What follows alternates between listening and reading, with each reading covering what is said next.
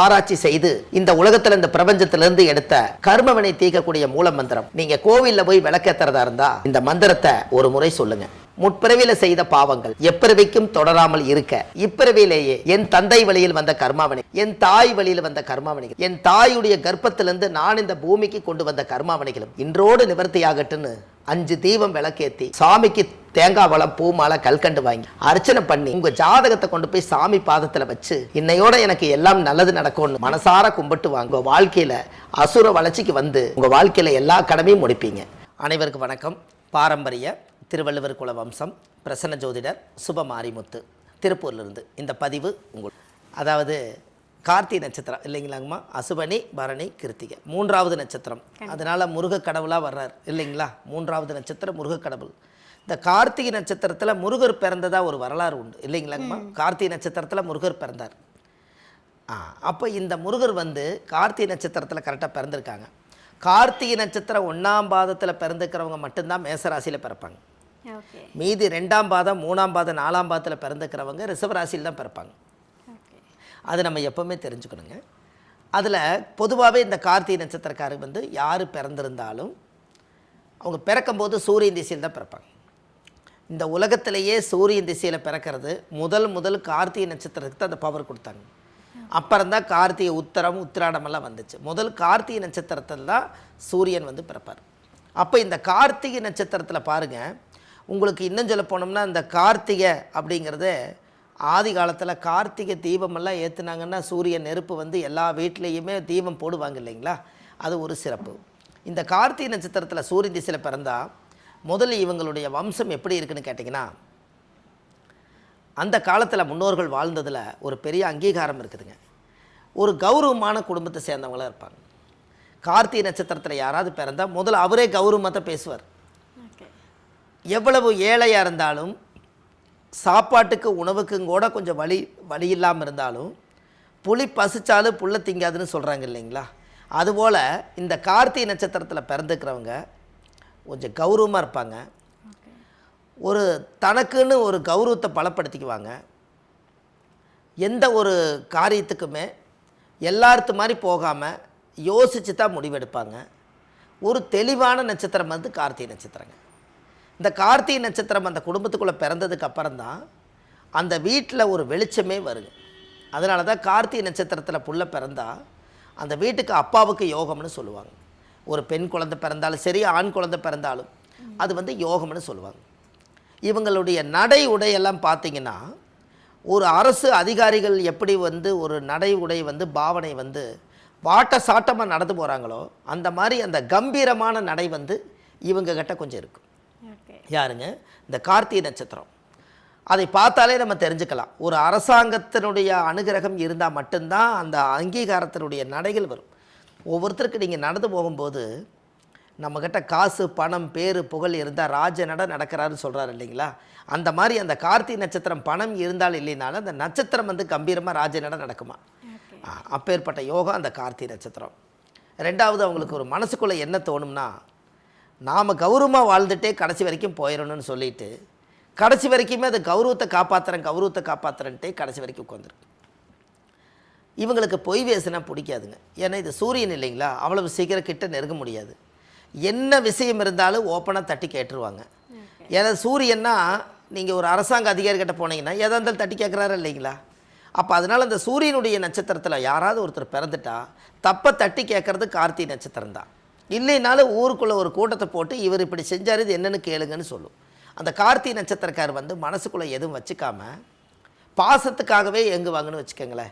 ஏன்னா இவங்க வந்து நடை உடை பாவனை எல்லாமே அரசு அதிகாரி மாதிரியே இருக்கும். இவங்களை அவ்வளவு சீக்கிரம் யாரும் நெருங்க முடியாது. அவங்க என்ன நினச்சிக்குவாங்கன்னா குழந்தை தன்மையத்தான் இருப்பாங்க. நம்மக்கிட்ட யாருமே பேச வரமாட்டேங்கிறாங்களேன்னு பாசம் இவங்ககிட்ட இயங்குவாங்க. ஆனால் குழந்தைங்க மேலே நல்ல பாசமாக இருப்பாங்க. குழந்தைங்க மேலே கார்த்திகை நட்சத்திரம் என்றைக்கு நல்ல பாசமாக இருக்கும். 2வது அவங்களுடைய வாழ்க்கையில் பார்த்திங்கன்னா, பெத்த தாய் மேலே தந்தை மேலே நல்லா பாசப்பட்டதெல்லாம் வளர்த்துவாங்க. கூட பிறந்தவங்கள நல்லா கவனிச்சுக்குவாங்க. ஏன்னா கார்த்திகை நட்சத்திரத்தில் பிறந்தால் மேச ராசியிலையும் பிறப்பாங்க. இந்த மேசம் யாரோட வீடுன்னு கேட்டிங்கன்னா செவ்வாயோட வீடு. செவ்வாய் என்பது இரத்த சம்பந்த உறவுகள். அதனால் இந்த இரத்த சம்பந்த உறவை எல்லாம் காப்பாற்றி, நீ ஏன் இப்படி பிழைக்கிற, நீ இப்படி பிழைக்க வேண்டியதானே, நீ இந்த இடம் வாங்கு, இந்த வீட்டை கட்டு, நீ இந்த சமுதாயத்தில் நல்லா இரு, இந்த ஏதாவது ஒரு புத்தி சொல்லிக்கிட்டே உட்காந்துருக்கும். இந்த யோகமெல்லாம் யாருக்குன்னு கேட்டிங்கன்னா கார்த்திகை நட்சத்திரத்துக்கு. அப்போ இந்த கார்த்திகை நட்சத்திரத்தில் ஒரு மனிதர் பிறந்தாச்சுன்னா, பிறக்கும் போதே சூரிய திசையில் பிறந்திருப்பாங்களா, படிப்பில் எந்த ஒரு குறையும் இருக்காதுங்க. முன் படிக்க பின் மறக்க, படித்ததை மறந்துடுவாங்க, மறுபடி கண்டினியூ பண்ணி எப்படியாவது படித்து ஒரு அரசாங்க வேலையாவது வாங்கணுங்கன்னு ஒரு வைராக்கியத்தில் படிப்பாங்க. ஆனால் கார்த்திகை நட்சத்திரக்காரர்களுக்கு கல்வி யோகம் உண்டு. அப்போது கஷ்டப்பட்டு படிப்பாங்க. படிப்பில் எத்தனையோ தடைகள் வரும், அந்த தடையெல்லாம் நீக்கி அந்த படிப்பில் சைன் ஆயிருணுங்கிறதுக்காக ஒரு வைராக்கிய படிப்புன்னு படிப்பாங்க. இந்த யோகமெல்லாம் ஜாதக ரீதியாகவே அவங்களுக்கு இருக்குன்னு வச்சுக்கோங்களேன். அப்போது அந்த ஒரு ஜாதகத்தில் பிறக்கும்போது சின்ன வயசில் சூரிய திசைனா, அப்போ சூரியன் திசையுடைய வருஷமே மொத்தம் 6 வருஷம் தாங்க. அதனால தான் சூரிய உதயம் காலையில் 6 மணிக்கு ஆகுது. எப்படிங்கம்மா, ஏன் காலையில் 6 மணிக்கு சூரிய உதயம்னு பஞ்சாங்கத்தில் கொடுத்துக்கிறாங்கன்னா, சூரியனுடைய பேட்டனே 6 டு 6 30. இந்த 6 டு 6 30 நாளிகை, 30 டு 30 60 நாளிகை சேர்ந்தது ஒரு நாள். இதைத்தான் அந்த காலத்தில் 60 நாளிகை என்பது, அந்த காலத்தில் ஒரு பழமொழி சொல்லுவாங்க, நான் அல்லும் பகலும் 60 நாளிகை நான் பாடுபட்டு நான் என்னத்தை வச்சுக்கிறேன் சொன்னாங்க இல்லைங்களா. இது ஏன் இந்த 60 நாளிகை உள்ளே வருதுன்னா, அந்த காலத்தில் மணியை நாளிகையை மாற்றி வச்சுருக்காங்க. 1 மணி நேரத்துக்கு 2.5 நாளிகை. 6 டு 6 30 நாளிகைங்கிறது 12 மணி நேரம். 30 டு 30 12 12 27 மணி நேரம். அதனால தான் அந்த காலத்தில் பழமொழி, நான் அல்லும் பகலும் 60 நாள், அல்லும் பகலும் அதாவது இரவும் பகலுங்கிறதுக்கு அல்லும் பகலும் 60 நாளிகை நான் பாடுபட்டு என் குழந்தையை நான் பிள்ளை வளர்த்தினேன். இந்த பழமொழிகளை அந்த காலத்தில் சொல்கிறாங்க இல்லைங்களா. இதெல்லாம் இந்த வார்த்தையில் வந்து அவ்வளவு வேதனைகளோடு தான் அவங்க சொல்லியிருப்பாங்க. அப்போ 60 நாளிகை சேர்ந்தது ஒரு நாள். அப்போ ஒரு நட்சத்திரம் என்பது 24 மணி நேரம். இது எல்லாமே நம்ம அந்த காலத்தில் விஞ்ஞானமாக தான் இந்த ஜோசியத்தை வச்சுக்கிறாங்கன்னு. இது எதுவுமே சயின்ஸாக மாற்றி வைக்கல, விஞ்ஞானமாக தான் வச்சுருக்காங்க. அதனால தான் நம்ம ஆஃபீஸே விஞ்ஞான ஜோதிட ஆலோசனை மையம். பாரம்பரிய திருவள்ளுவர் குலவம்சம்னு எதுக்கு வச்சோம்னா, நம்மளுடைய 32 வருஷமாக இந்த துறையில் இருந்து 13 வயசில் இந்த ஜோதிட துறைக்கு வந்தோம். 5 வயசுலேயே பெரியவங்க நாக்கள் எழுதி வச்சுட்டாங்க.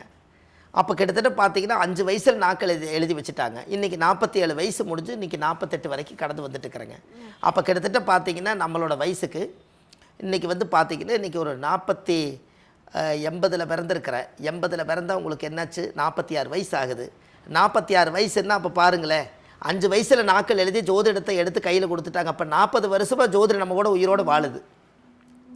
அப்போ இந்த ஜாதகத்துக்கு இதெல்லாம் எதுக்காக நம்ம இதை சொல்கிறோம்னா, ஒவ்வொரு மனிதருடைய வாழ்க்கையிலையும் இதெல்லாம் ஒவ்வொருத்தருக்கும் ஒரு அங்க அடையாளத்தோடு வாழ்ந்த கதை கொஞ்சம் இருக்கும் இல்லைங்களா. அப்போ அதில் கார்த்திகை நட்சத்திரத்தில் ஒருத்தர் பிறந்தா அவர் சூரியன் திசையில் தான் அவங்க பிறப்பாங்க. அப்போ அந்த குழந்தை 6 வருஷம், அது அந்த 6ன்னு சொல்கிறது தான் நம்ம வந்து நம்ம வாழ்க்கையை பற்றி சொன்னோம். இந்த 6 வருஷத்தில் 3 வருஷம் போட்டுக்குங்க. தாயுடைய கர்ப்பத்திலிருந்து தொப்புள் கொடி அறுக்கும் போது 3 வருஷம். இந்த 3 வருஷம் ஜாதகத்தில் ஒருத்தருக்கு இருக்குது அப்படின்னா, இந்த 3 வருஷம் சூரியன் திசை, சந்திரன் திசை ஒரு 10 வருஷம். இந்த சந்திரன் திசை 10 வருஷம்னா இந்த 10 ஒரு 3 13 படிக்கிற காலம். 13 வயசுக்கு மேலே அந்த சந்திரன் திசை முடிஞ்சு செவ்வாய் திசை ஒரு 7 வருஷம். அப்போ 7 20 வயசாச்சு. இந்த 20 வருஷமாக இந்த செவ்வாய் திசை ஓடும். இந்த செவ்வாய் திசை முடிஞ்சு 20 வயசுக்குள்ள படிப்பு, கல்வி, வாழ்க்கை எல்லாத்தையும் தெரிஞ்சுக்குவார். 20 வயசுக்கு மேலே ராகு திசை 18 வருஷங்க. இந்த 18 வருஷம் ராகு திசை அவங்களுக்கு கரெக்டாக 20 18 30 வயசுங்கும் போது கண்டிப்பாக பாருங்கள், அவருக்கு ராகு திசையில் தான், கார்த்திகை நட்சத்திரத்தில் பிறந்துக்கிறவங்களுக்கு ராகு திசையில் தான் கல்யாணம். சூரியன், சந்திரன், செவ்வாய் இந்த 3 திசை நடக்கிறக்கே சூரியன் ஒரு 3 வருஷம் போட்டோம் 6 வயசில், சந்திரன் ஒரு 10 13, செவ்வாய் ஒரு 7 20 வயசில் நம்ம கல்யாணம் பண்ண மாட்டோம். அப்போ எப்படி இருந்தால் 18 வருஷம் ராகு திசை, 38 வயசுங்கும் போது இவர் கல்யாணமாகி 2 குழந்தைகளும் பிறந்து அவர் தொழிலையும் அமைச்சு வீடு வாசலை கட்டி எல்லாமே இந்த ராகு திசையை கொடுத்துருவாருங்கன்னு. அப்போ கார்த்திகை நட்சத்திரக்காரர்களுக்கு ராகு தான் கல்யாணம் முடிச்சு வைக்கிறார். இந்த கணக்கு பாட்டா பஞ்சாங்கம் எடுத்து இன்றைக்கும் பாருங்கள், வாசன் சுத்த திருக்கணித பஞ்சாங்கம்னு ஒன்றுக்குது. இந்த திசை வரிசை கொடுத்துருப்பாங்க. சூரியன் 6 வருஷம், சந்திரன் ஒரு 10 வருஷம், செவ்வாய் ஒரு 7 வருஷம், ராகு ஒரு 18 வருஷம். அப்போ கிட்டத்தட்ட பார்த்தீங்கன்னா 20 ஒரு 18 38 வயசுக்குள்ளே இவர் எல்லாம் கல்யாணம் பண்ணி இந்த வாழ்க்கையில் கஷ்டம்னா என்ன, நஷ்டம்னா என்ன, இன்பம்னா என்ன, துன்பம்னா என்ன, எல்லா விஷயத்தையும் ஆராய்ச்சி பண்ணி இனிமேல் நம்ம வந்து சரியாக வாழணுங்கிறதுக்காக இந்த ராகு திசை சரியான பதிலை சொல்லி கொடுத்துட்டு போகும். அதில் வந்து ராகு எப்படி, ராகுன்னா பாம்பு, அந்நிய மனிதர்களுடைய பழக்க வழக்கங்கள் நிறையா கிடைக்கும், நிறையா மனுஷங்களுடைய கான்டாக்ட் நிறையா கிடைக்கும், தெய்வத்தினுடைய சக்திகள் எல்லாம் எங்கெங்கே இருக்குது, நம்ம முன்னோர்கள் எல்லாம் எங்கெங்கே வாழ்ந்தாங்க, நம்ம ராகுன்னா தாத்தா பாட்டியோட பேரை காப்பாற்றணும், நம்ம பாரம்பரியத்தை விட்டு கொடுக்கக்கூடாது, நம்ம பொழைச்ச வாசம் என்னைக்கு நல்லா இருக்குன்னு சொல்லி இப்படி எல்லா ஒன்றா இந்த கார்த்திகை நட்சத்திரம் தான் குடும்ப பாரம்பரியத்தை காப்பாற்றக்கூடிய நட்சத்திரம். ஏன்னா கார்த்திகை நட்சத்திரம் வந்து சூரியனுடைய நட்சத்திரம். சூரியன் என்பது அப்பா, அப்பாவோட வம்சத்தை காப்பாற்றுறதுக்கு கார்த்திகை ஒன்று பிறக்கும். எப்படிங்கம்மா? இப்போ நீங்கள் எடுத்து பார்த்தீங்கன்னா இந்த கார்த்திகை நட்சத்திரத்துக்கு அந்த பவர். அப்போ பாருங்கள், அப்போ ராகு திசையிலேயே அவங்களுக்கு எல்லாமே கிடச்சிருது. குரு திசை 16 வருஷங்க. இந்த 16 வருஷ குரு திசை 38 ஒரு 16 54ங்களா, 54 38 ஒரு 16 54 வயசு. சிதம்பரம் 51ங்கிற மாதிரி இது 54 வயசுங்கும் போது இவங்களுக்கு ராகு திசை முடிஞ்சு குரு திசை. அப்போ 38 வயசுக்கு மேலே பெத்த குழந்தைகளுக்கு 54 வயசுக்கும் போது இவங்களுக்கு வயசு 25 பிறந்த குழந்தைகளுக்கு. அப்போது இந்த 54 வயசுக்குள்ளே அந்த குழந்தைகளை எல்லாம் படிக்க வச்சு ஆளாக்கி ஒரு நல்ல மனுஷனாக உருவாக்கி இந்த சமுதாயத்துக்குள்ளே உன்னோட பெத்த உள்ளையா இது, உன்னுடைய பையனா இது, அன்னைக்கு நான் குழந்தையில பார்த்து இன்றைக்கி எவ்வளோ பெருசாகிட்டாரு, இதெல்லாம் சொல்கிறாங்க இல்லைங்களா. இது எல்லாம் அந்த காலங்கள் எல்லாமே இந்த குருதிசையில் தான் பிள்ளைகளோட பெருமை பெற்றவங்களுக்கு தெரியுமா.